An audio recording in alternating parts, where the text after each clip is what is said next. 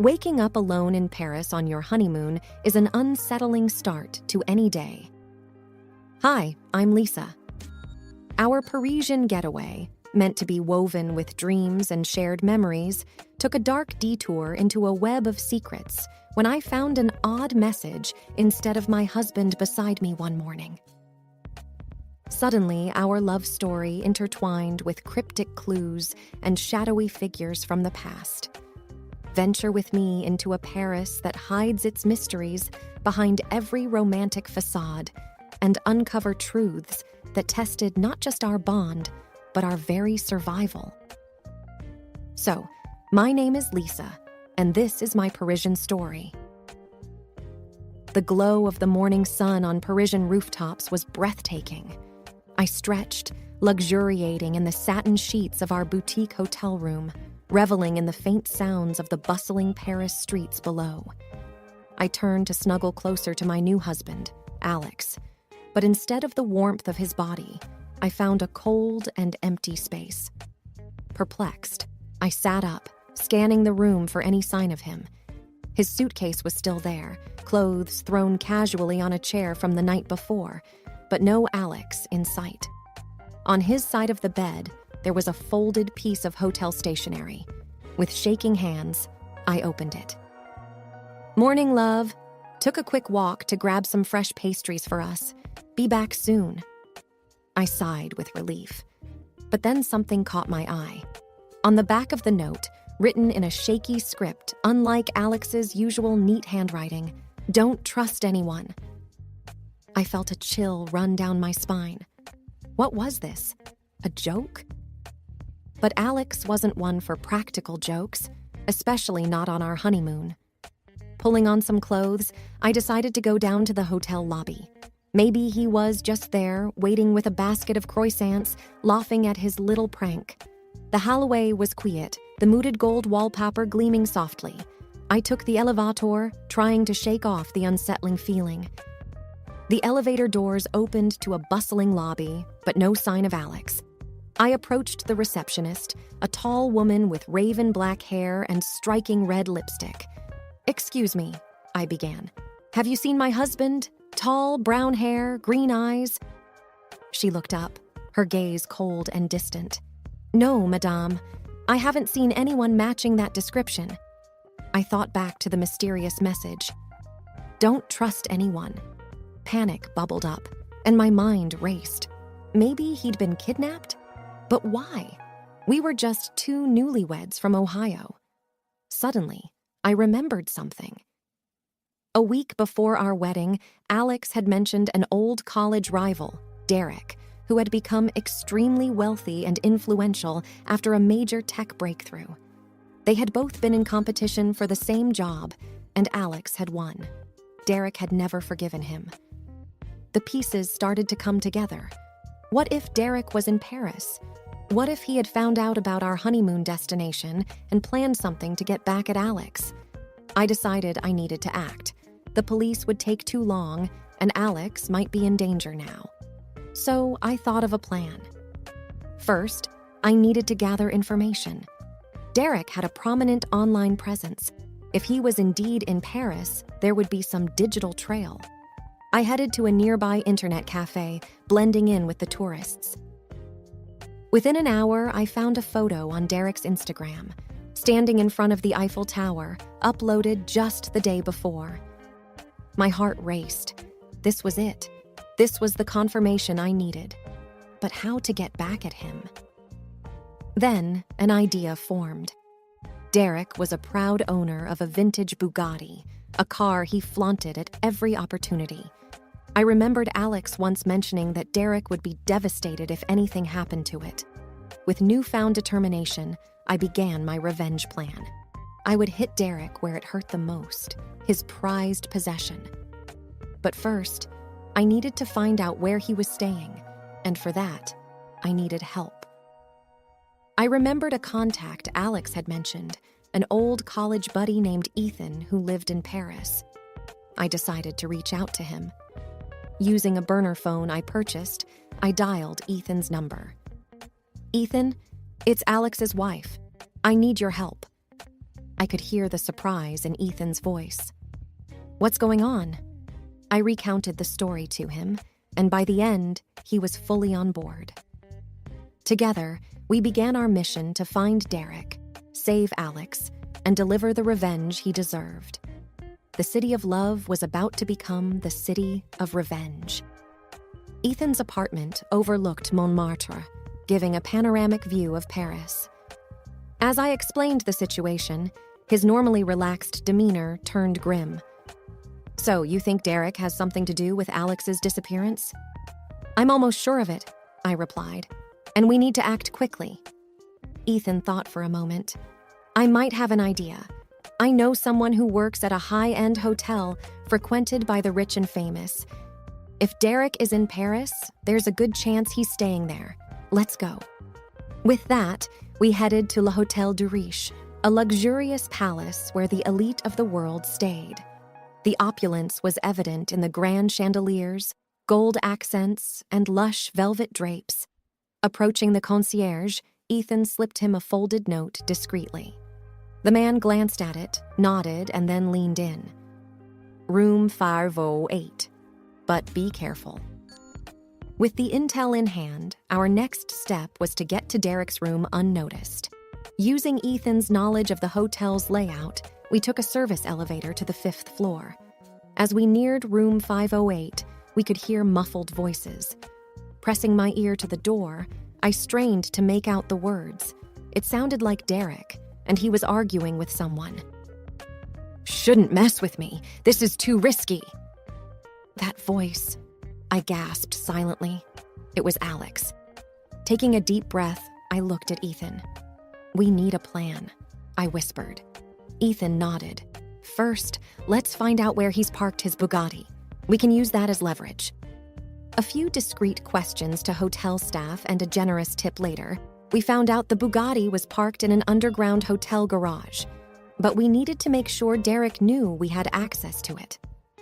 Pulling out my burner phone, I sent a text to Derek's known number. "How much do you think your precious Bugatti is worth?" Almost instantly, a reply buzzed in. "Who is this?" With a smirk, I sent a photo of the car keys, which Ethan had skillfully swiped from the valet. "Want these back? Release Alex." The message was bold, perhaps too bold, but it was a move I was willing to make. My husband's safety was on the line. Minutes felt like hours as we waited for a reply. Finally, it came. "Meet me at Pont des Arts at midnight. Come alone." I looked at Ethan, determination burning in my eyes. "I have to go. This is the only way." Ethan tried to dissuade me. "It's too dangerous. He's clearly unhinged." But I was resolute. "I can't risk Alex's life. We'll play Derek's game, but on our terms." As evening turned to night, the plan was set. Ethan would watch from a distance, ready to intervene if necessary, while I would face Derek head-on. The Pont des Arts, known as the Lovelock Bridge, was an ironic choice, but it would soon be a symbol of our triumph over betrayal. The Pont des Arts was bathed in a soft orange glow from the surrounding streetlights, creating an eerie yet romantic setting. The Seine flowed below, its waters glimmering in the night. I stood at the center of the bridge, my breath visible in the chilly night air. The usually crowded spot was deserted, save for a few distant lovers sharing whispered secrets. Suddenly, I heard footsteps approaching. Turning, I saw Derek's silhouette emerging from the shadows, with Alex, my husband, tied and gagged, stumbling along beside him. "Derek!" I shouted, my heart pounding. "Let him go!" Derek just smirked. "Give me the keys first." I gripped the Bugatti keys tightly, considering my options. But the desperation in Alex's eyes made the decision for me. I held out the keys.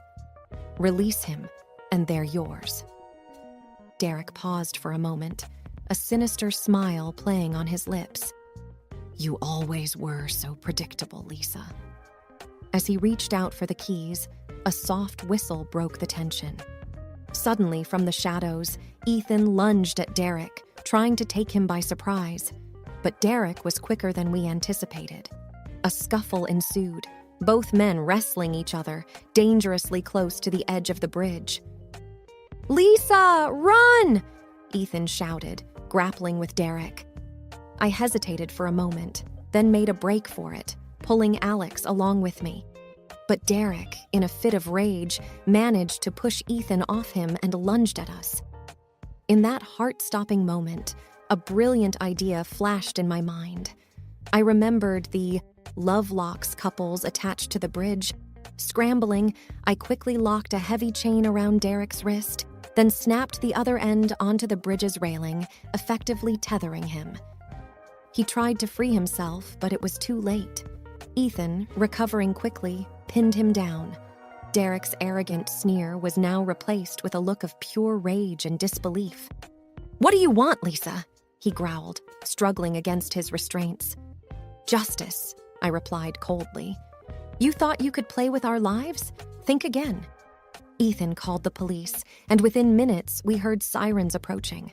Derek was arrested, and Alex, once he was freed and safe, wrapped his arms around me, pulling me close.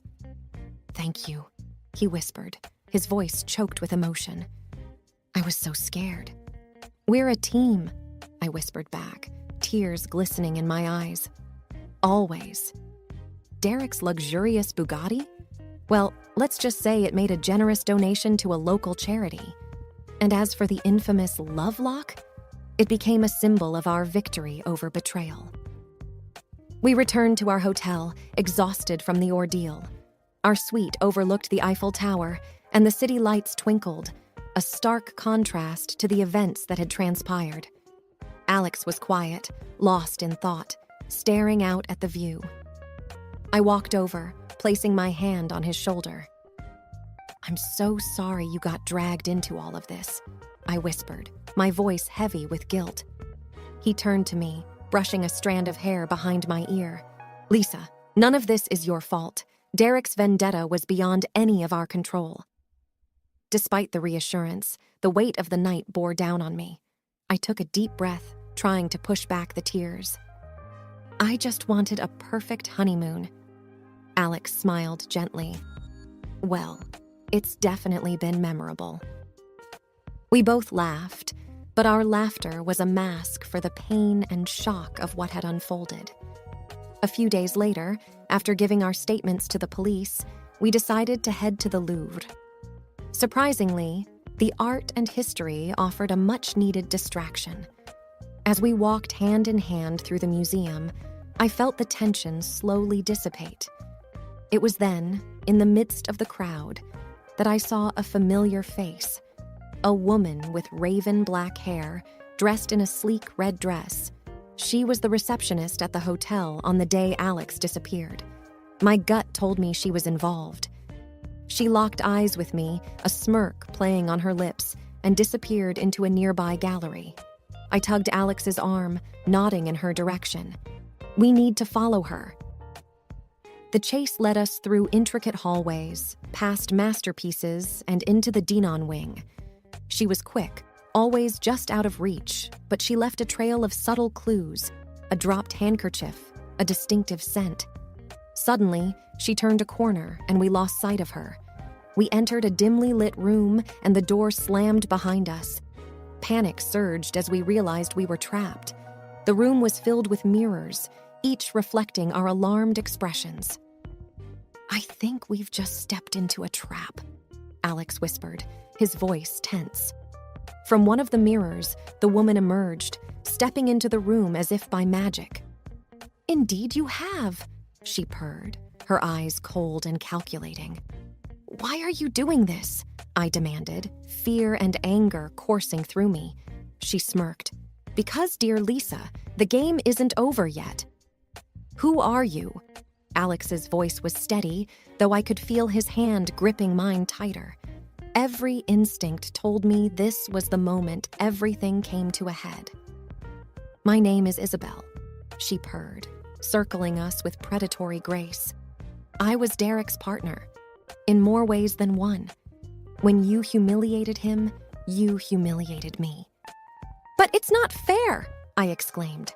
Why are you taking revenge on us? We were just defending ourselves." Isabel paused, taking a deep breath. Her cold demeanor broke for a split second, and I saw the anguish behind her eyes. "After your prank, Derek became the laughing stock of our community. The humiliation was too much for him. He took his own life yesterday." My heart sank. I had known Derek was deeply embarrassed, but I hadn't known the true depth of his despair. The weight of his teeth pressed on me, making it hard to breathe. I had no idea," I murmured, guilt gnawing at me. "Of course you didn't," Isabella hissed, regaining her icy demeanor. "But that's why we're here. It's time to finish what Derek started." I stared at her, trying to piece together the situation. "And what would that be? Another elaborate game?" She smirked. "Exactly. What do you want?"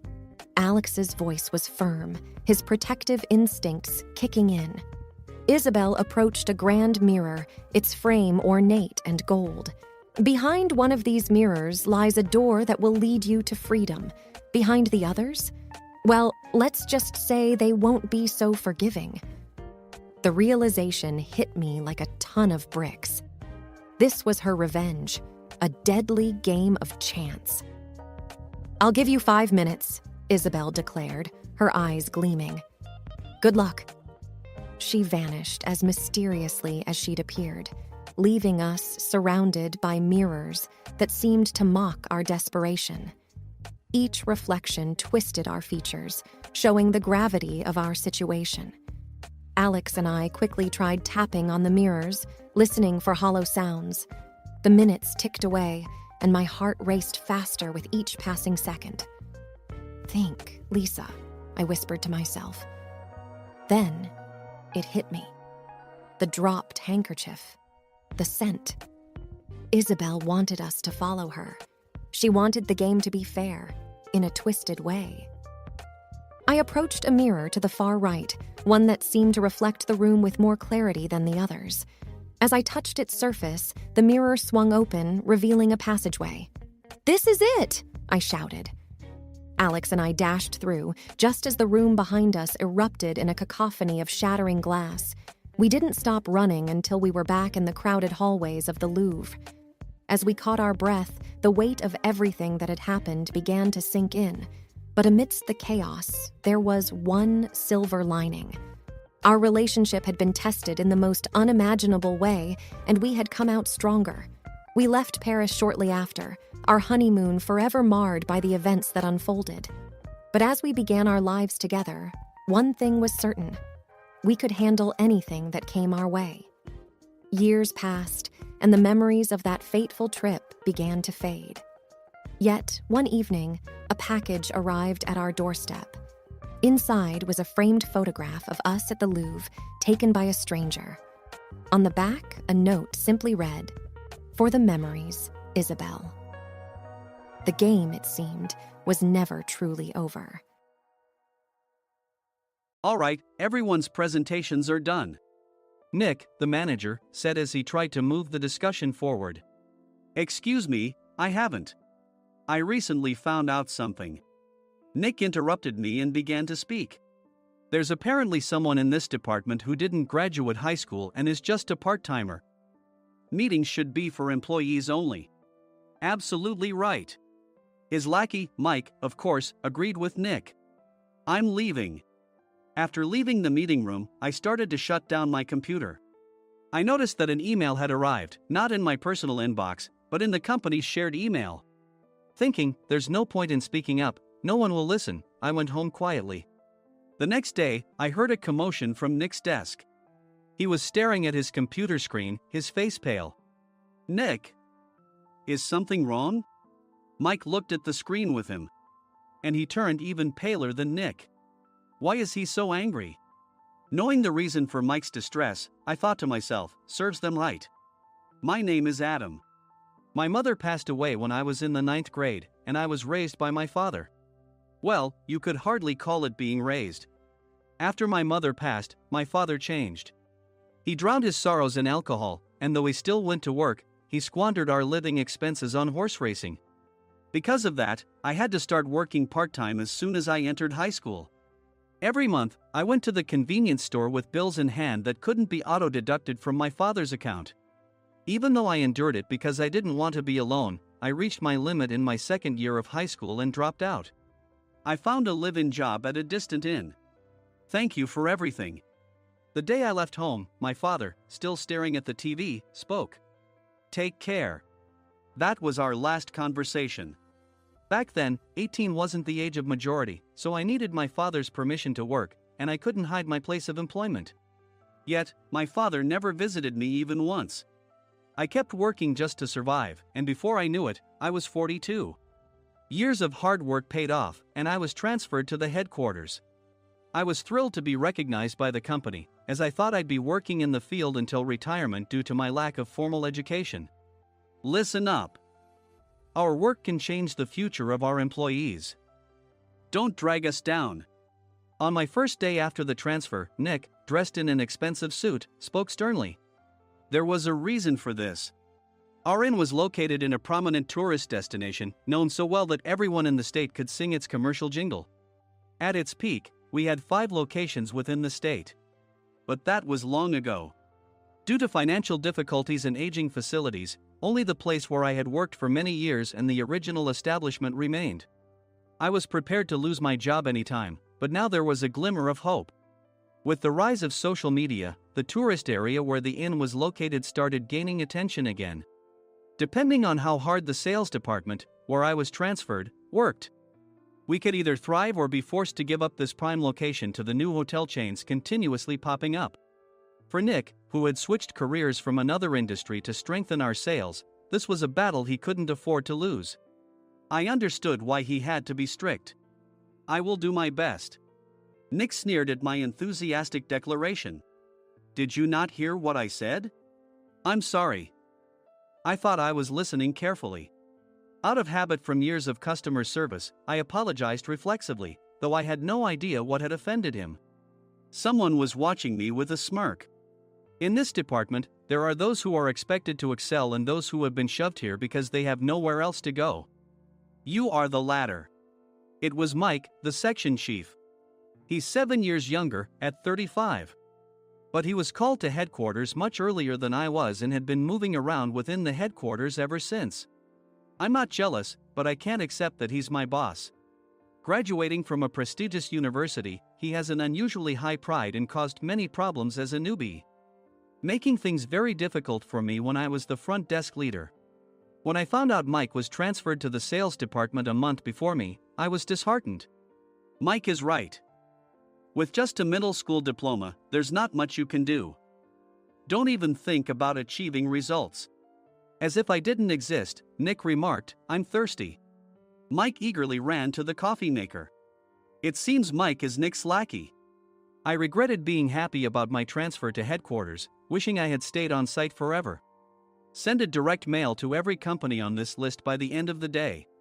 Nick only assigned me tasks that even a new graduate could handle. What? There are over 1,000 companies. You want me to send to all of them by today? Yes, if you and your fellow misfits split the work, even those with nowhere else to go should finish by today. I glanced at the employees typing away expressionlessly. They were worn out from customer service, only thinking about leaving on time, or were women reassigned after having children, with zero motivation for work. Even Sam, a new graduate from the same university as Mike, who was supposed to be among the expected achievers, had no enthusiasm for the job, having joined the company wanting to do customer service. I don't care what they say, I plan to quit anytime, he said. Only Nick and Mike were highly motivated, making all the decisions between the two of them. I originally only wanted to work at the inn to survive and had no particular attachment to this job. I swallowed my words, thinking I had no right to reprimand them. About a month after the transfer, Nick told us with a frustrated look. To commemorate the 50th anniversary, we've decided to create a plan exclusive for one group per day. Originally, Mike and I were supposed to come up with it, but our president, Mr. Thompson, insists on hearing everyone's opinions. So, you all get a chance. As Nick explained, Mike began handing out prints. Make sure not to embarrass Nick. If your ideas are half-baked, you'll have to redo them. It seemed that they had printed his handwritten notes by Mr. Thompson, which included several questions and a section for free responses. It made sense why Nick had to seek our input, given that all responses had to be submitted to Mr. Thompson. We were given a week to think about it, and a meeting was scheduled to compile our ideas. My plan is to let guests enjoy both the old and modern America. Nick began the presentations. Guests would watch a master confectioner at a nearby traditional sweet shop make sweets in front of them. The welcome drink would be premium tea in a bottle. Nick's plan was certainly attractive. After his presentation, Nick called on us to present in the order we were seated. Just as I stood up for my turn. "All right, everyone's presentations are done." "Excuse me, I haven't. I recently found out something." Nick interrupted me. "There's someone in this department who didn't graduate high school and is just a part-timer." He was likely talking about me. I joined the company as a part-timer and was made a full-time employee when I turned 20.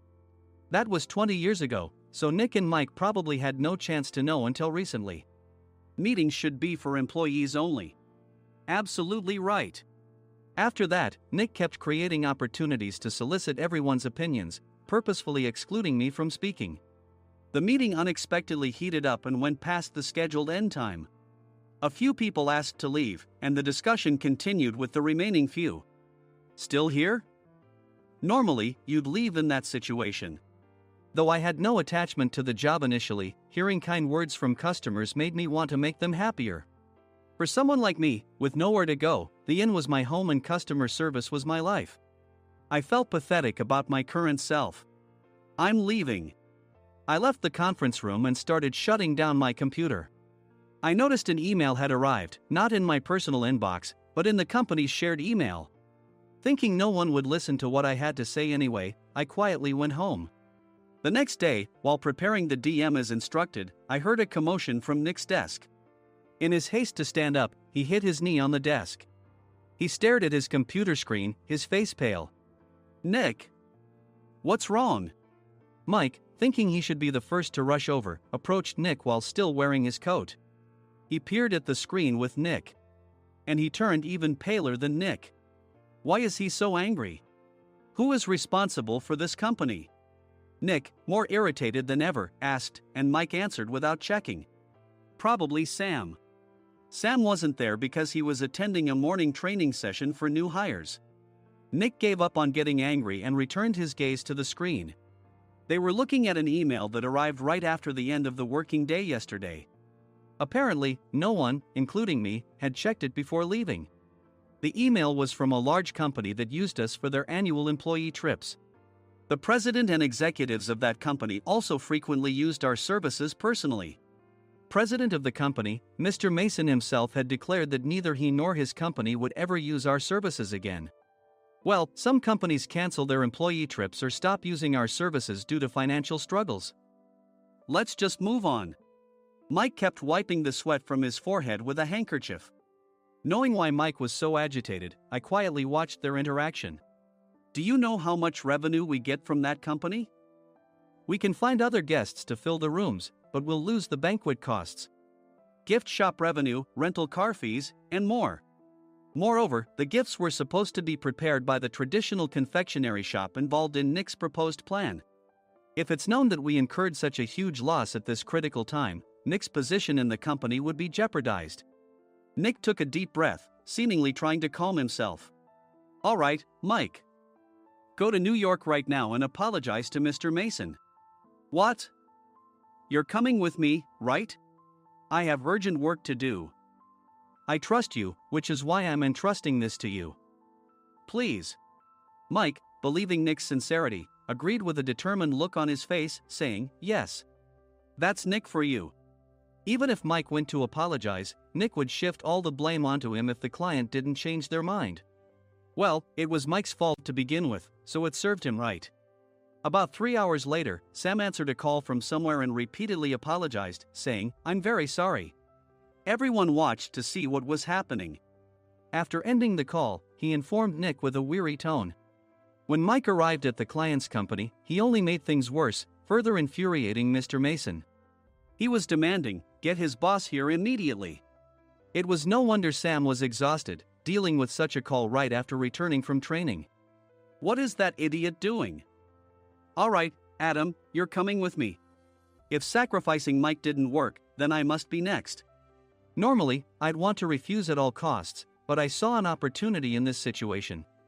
If I can be of assistance, I'd be happy to join you. I obediently followed Nick, and we flew to New York. When we introduced ourselves at the reception, it became clear how serious the situation was, as the receptionist personally escorted us to the president's office. Angry voices leaked through the door, making both Nick and me uneasy. Excuse me. I'm Nick, the supervisor. I understand my subordinate has caused you trouble, and I deeply apologize. Nick, with his experience in the corporate world, knew enough to offer an apology before excuses. However, his customer service skills left much to be desired. I sighed as I saw Mike trembling like a small dog in the corner of the room. What kind of training are you giving your subordinates? Mr. Mason glared at Nick with a red face. The intensity of his gaze made even Nick take a step back. Regrettably, I joined this company only 2 years ago and was unaware of Mike's issues. I should have identified his shortcomings sooner. Indeed. I should have realized sooner. No sensible person would come to apologize and then give a lengthy presentation on the drawbacks of not using their inn. Nick froze, his mouth slightly open. Suspecting the worst, I picked up the documents that had fallen to the floor. It seemed Mike hastily prepared these documents on the plane, listing the disadvantages. Disadvantage 1: if you change the venue for the company trip, employees might suspect it's for cost-cutting reasons, leading to a negative impression. Reading it aloud half-jokingly, Nick snatched the papers from my hand and checked the contents with a furious expression. Among the stack of documents was a receipt from a nearby convenience store's copy machine. I felt a pang of dread, hoping he hadn't shown the receipt as well. What do you think he said when I asked what kind of nerve he had to do this? I'm very sorry. Faced with the dire situation, Nick must have thought there was nothing left to do but apologize. In a voice smaller than I'd ever heard from him, he uttered words of apology. He said, "I'm a Harvard graduate. I don't believe I said anything wrong." Mike! What have you done? Forgetting his plan to pin the blame on Mike, Nick yelled loudly, even in front of Mr. Mason. I didn't do anything wrong. You're still saying that? Look at him. Mike pointed at me with a shaking hand. I was assigned to headquarters in my 20s and now I'm a section chief. This guy only made it to headquarters at 42. Everything I've done proves I was right. So why are we losing the contract? Having said his piece, Mike collapsed to the floor. Of course. You were sent there because you had nowhere else to go. Mike never expected to hear such words from someone he looked down upon. He lunged at me, and Nick hurriedly stepped in to stop him. Mr. Thompson told me Mike is a quick thinker, and to take good care of him. There's no way he was pushed aside. Don't make things worse here. He didn't say quick thinker, he said only quick-witted, didn't he? I don't remember that part. I recalled the many troubles Mike caused when he was a newbie. When Mike was on the front line, his pride was so high that he never apologized to customers. Customer service, especially in our job, doesn't work alone. It brings both good and bad situations. If the front staff or housekeepers made mistakes, or the cleaning company didn't properly clean a room, one had to apologize to the customers regardless of personal fault.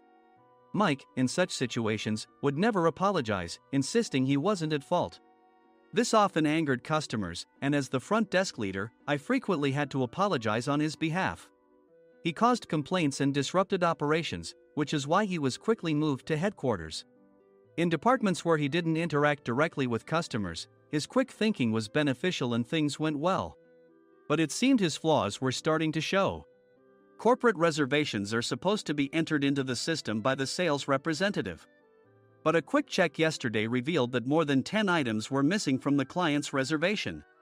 The handover document clearly stated what needed to be prepared. Why didn't you enter it into the system? Why do we have to give them special treatment? Filling rooms near the banquet hall, setting up all the food in advance. Specifying the brand of wine, they're too demanding. No wonder he always angered customers, I thought, feeling a headache coming on. Grouping them in rooms near the banquet hall is for our benefit too. It makes it easier for the staff to set up beds and serve breakfast since everyone's schedule is synchronized. As for the other requests, Mr. Mason suggested them to lighten our load.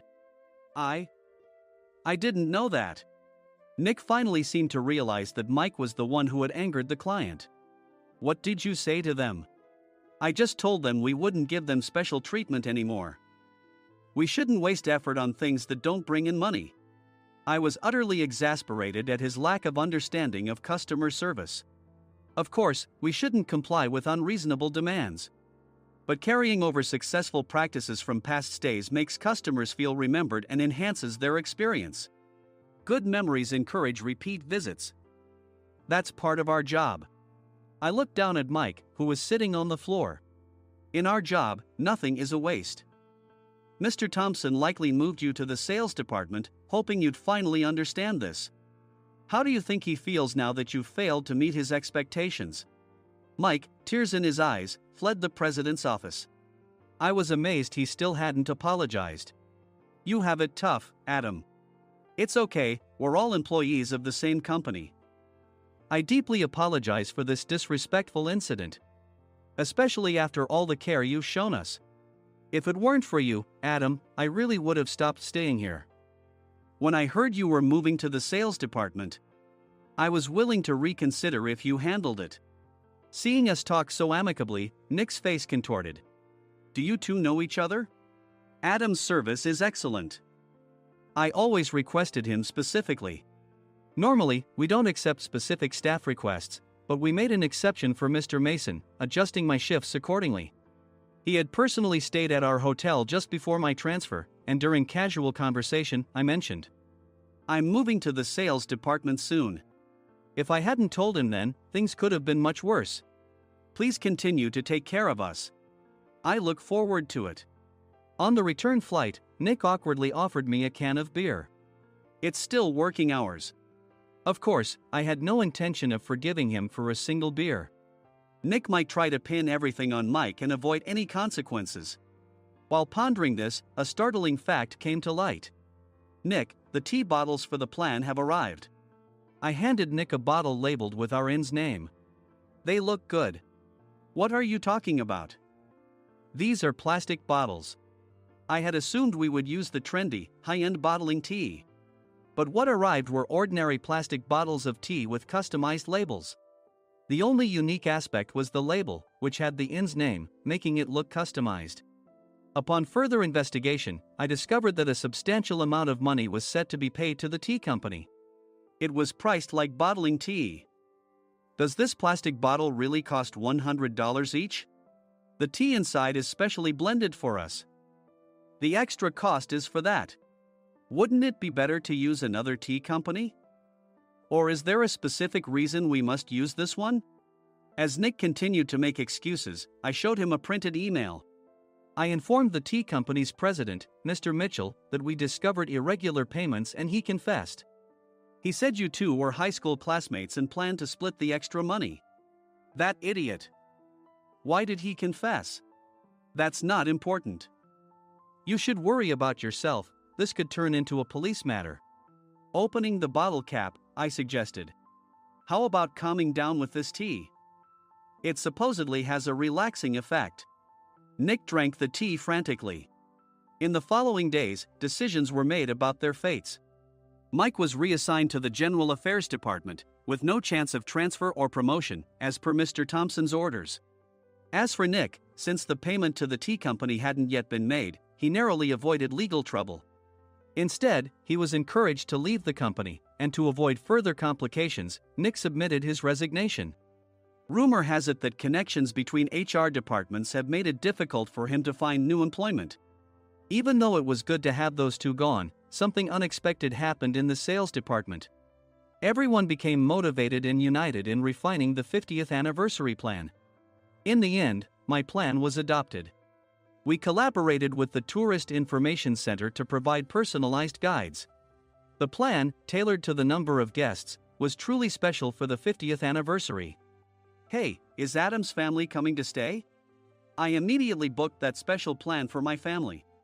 Sam noticed it on the reservation list and quickly picked up on it. Yes, I'm inviting my father. That's great. I might invite my parents too. I lacked the courage to face my father just as Adam. But here, with the confidence Mr. Mason praised, I felt ready. The 50th anniversary plan was a perfect opportunity to reconnect with my father. I hoped to bring back the days when we could laugh together as we once did.